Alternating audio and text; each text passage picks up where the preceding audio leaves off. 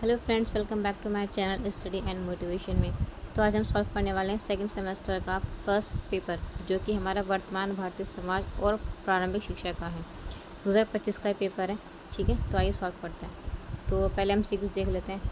पहला क्वेश्चन है, राधा कृष्ण आयोग की संस्तुतियाँ संबंधित थी उच्च शिक्षा से, प्राथमिक शिक्षा से, माध्यमिक शिक्षा से या फिर तकनीकी शिक्षा से। तो देखिए, फर्स्ट का आंसर हो जाएगा हमारा first option number A. Option number is the correct answer, उच्च शिक्षा से। ठीक है, अब देखते हैं सेकंड, वैदिक कालीन शिक्षा किस दर्शन पर आधारित थी। तो ये हमारा प्राकृतिकवाद पर थी या फिर आदर्शवाद पर थी या फिर समाजवाद पर थी या फिर व्यवहारवाद पर थी। तो इसका सेकंड का आंसर हमारा ऑप्शन नंबर सेकंड सही हो जाएगा। ठीक है, उसके बाद थर्ड बात करते हैं, दर्शन शास्त्र अत्यंत ही डैश थे।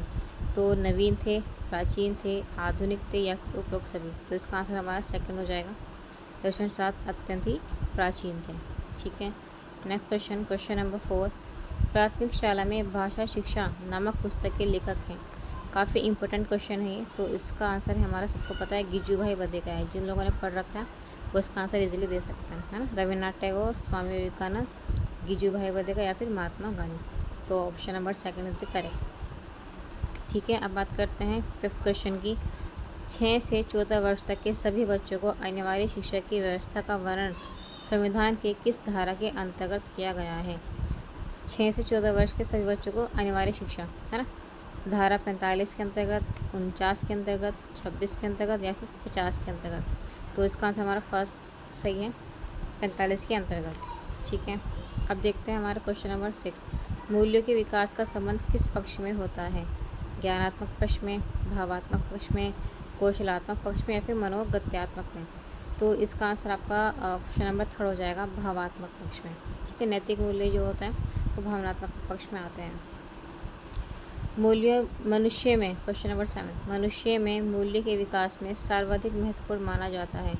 आर्थिक पक्ष माना जाता है, भौतिक सुविधाएं मानी जाती हैं या फिर परिवार माना जाता है या फिर विदेशी मित्र। देखिए, इसका आंसर हो जाएगा परिवार।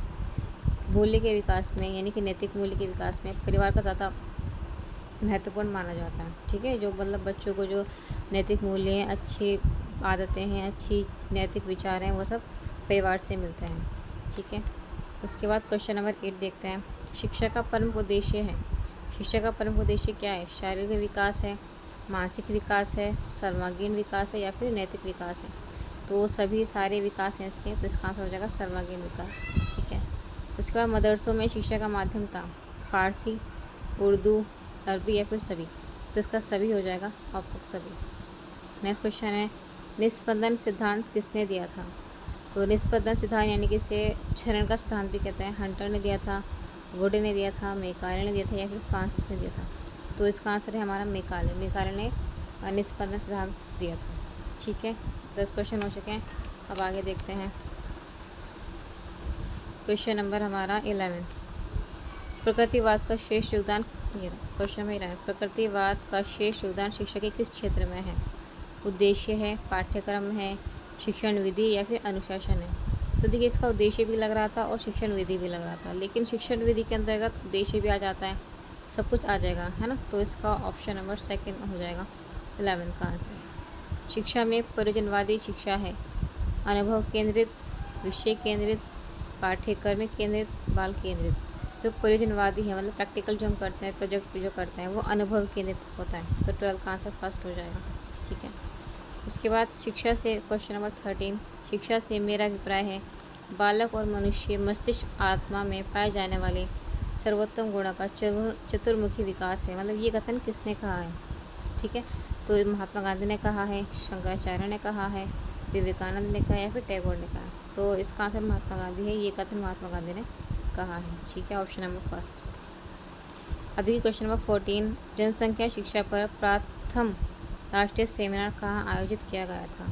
कलकत्ता में, दिल्ली में, सूरत में या फिर मुंबई में। तो इसका आंसर है हमारा सूरत, जनसंख्या शिक्षा पर राष्ट्रीय प्रथम सेमिनार। ठीक है, उसके बाद question number 15, democracy and education पुस्तक के लेखक हैं। मॉन्टेस्की हैं, प्लेटो हैं, जॉन डीवी हैं या फिर रूसो हैं। तो डेमोक्रेसी एंड एजुकेशन के जो लेखक हैं वो जॉन डीवी हैं। तो option number third is the correct answer. Now we solve very short questions, है ना। तो फर्स्ट क्वेश्चन 16 क्वेश्चन, शिक्षा क्या है, एजुकेशन क्या है, ये बताना है। 17 है, अध्यापक का स्थान पर्दे के पीछे है, ये कथन किसका है? तो ये कथन रोज का है ना। अब देखिए क्वेश्चन नंबर 18, पर्यावरण संरक्षण अधिनियम कब बना? ये 1986 में बना था, पर्यावरण संरक्षण अधिनियम, और ये रोज ने कहा है इसका। किन्हीं तीन मूल्यों के नाम लिखिए। तो मूल्यों के नाम नैतिक मूल्य लिख सकते हैं, है ना। उसके बाद और क्या होते हैं मूल्य? शारीरिक मूल्य, भावात्मक मूल्य, सब आप लिख सकते हैं। क्वेश्चन नंबर 20, राष्ट्रीय बाल श्रम नीति कब घोषित की गई थी? क्वेश्चन नंबर 21, शिक्षा का मेग्ना कार्टा किसे कहा गया है? संकुचित रूप में शिक्षा का स्वरूप क्या है? वसुदेव कुटुम्बकम, इस सूक्ति का आशय स्पष्ट करें। आधुनिक शिक्षा का जन्मदाता किसे कहा गया है? उपनयन का शाब्दिक अर्थ क्या होता है? ग्राम शिक्षा समिति का अध्यक्ष कौन होता है?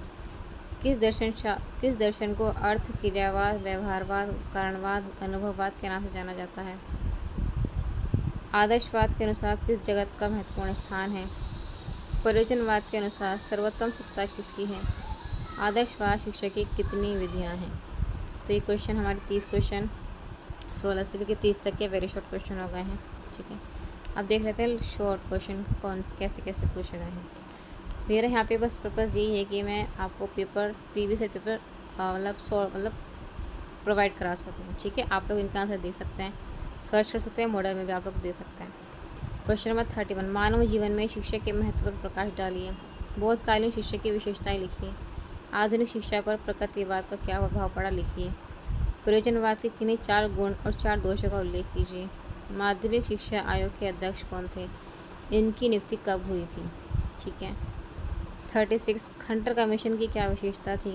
टैगोर के जीवन दर्शन का परिचय देते हुए उनके प्रमुख शिक्षा का उद्देश्य का उल्लेख करें। जनसंख्या शिक्षा के प्रमुख उद्देश्यों का वर्णन कीजिए। भूमंडलीय ताप प्रदेश से क्या अभिप्राय है? इसके नियंत्रण के प्रमुख उपाय का उल्लेख कीजिए। विद्यालय और समुदाय में अंतर स्पष्ट कीजिए। तो ये पूरा क्वेश्चन हो चुका है सेकेंड सेमेस्टर का फर्स्ट पेपर। ठीक है, तो आप लोग देख सकते हैं, सॉल्व कर सकते हैं, अपनी तैयारी को अच्छी कर सकते हैं। अच्छी लगी है वीडियो लाइक कर दीजिएगा और चैनल को ज़रूर सब्सक्राइब कर दीजिएगा। Thank you.